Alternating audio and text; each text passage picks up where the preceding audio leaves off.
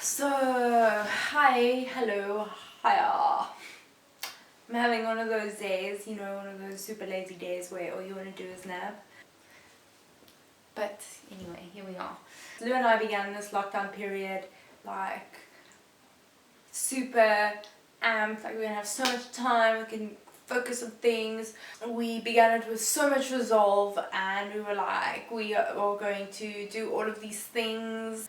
We set a schedule to, to exercise, to clean, to shoot videos and like learn things and just be uber productive humans. And I think I even had a video where I mentioned like, gotta be productive, and yeah, we were so amped. And then we were getting up, early in the morning, meditating, and then like getting videos done for this video situation. And then from there, like start your 8 to 5, because I was like coding 8 to 5, I was working 8 to 5, and then at night like you read a book, all that stuff. I was even putting in time over weekends. Most weekends I've actually been working like most of the day. If not most of the day, then at least half the day was spent on coding and like coding and doing my tasks and assignments and all of that. And so this weekend passed, this past weekend came along, and I realized that I was so knackered and all I wanted to do was just sort of take a break, because I hadn't had a proper break in a long time. So I decided to take the whole weekend off because I was slightly ahead of schedule, and I could afford to take some time off. And what an awful weekend. And most of the time was spent thinking about how I should be doing work when like I actually deserved the time off, but I couldn't help but feel guilty for not actually sitting down and doing some sort of work. So clearly jumping on that productivity bandwagon is really hard to upkeep at all times. So you can't keep all the balls in the air. So now what now? I mean, how can we be more productive by doing less? We've been so busy doing all of these things that we sort of lost sight of what's important. And right now, I think during COVID-19, what's really important is staying healthy. I feel like for a generation who's so obsessed with mental health, we tend to ignore it. It's like our generation is like obsessed with work. If something goes wrong at home, we work. If something goes wrong at work, we work. If anything goes bad or wrong somewhere in our lives, we like just throw ourselves into work and just ignore it and push it aside and just carry on doing work. And because, it keeps us busy. So what happens is we actually end up burning ourselves out because we keep ignoring everything that's important, and we just carry on doing what we think is right, and that is just like throwing ourselves into productivity. We chastise ourselves if we're procrastinating. If we take a little bit of time off, we're like, no, I should be productive, I should be focused, I should be working. Why am I not working? If you spend 2 seconds like lazing on the couch watching some Netflix, then you're like, oh, but I still have the proposal to do. What am I doing? Why am I lying on the couch? I shouldn't be doing this.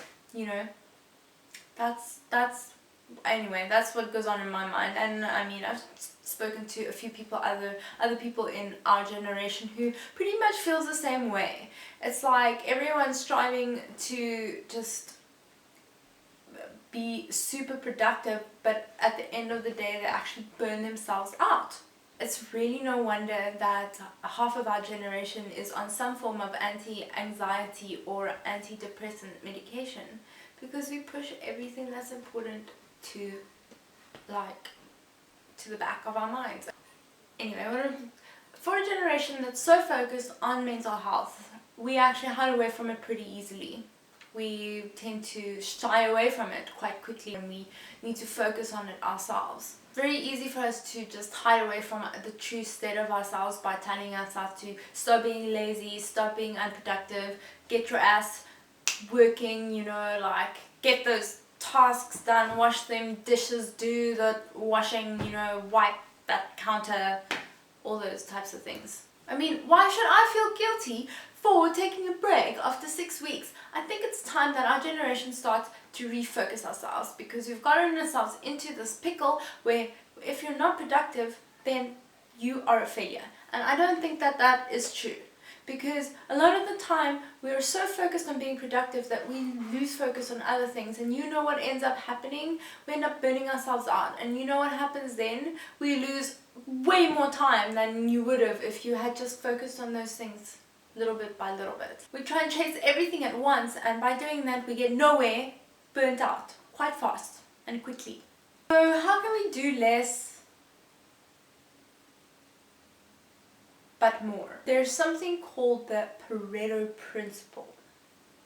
Now, this is something that I've discovered recently, especially having done some research because of the way that I've been feeling. It's the observation that most things in life are distributed unevenly. Some things contribute more than others.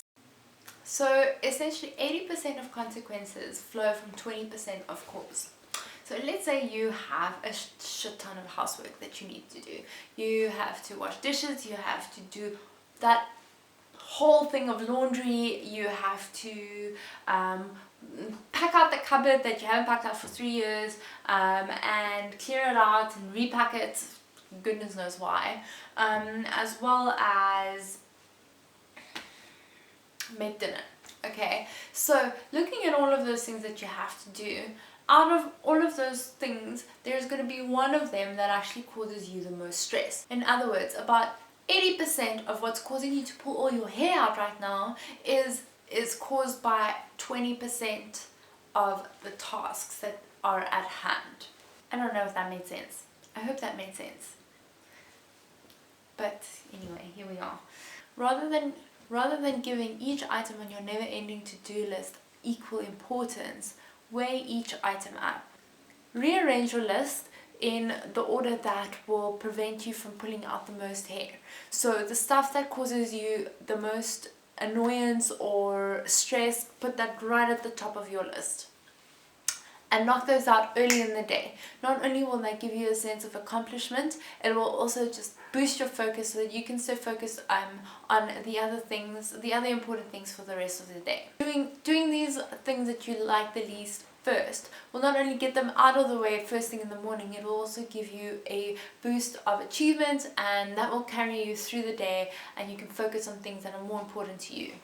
And most importantly, focus on your body, listen to your body, and don't forget to take breaks without feeling guilty. Remember to consider your energy as a valuable resource, and to spend that valuable resource wisely and on things that are most important to you.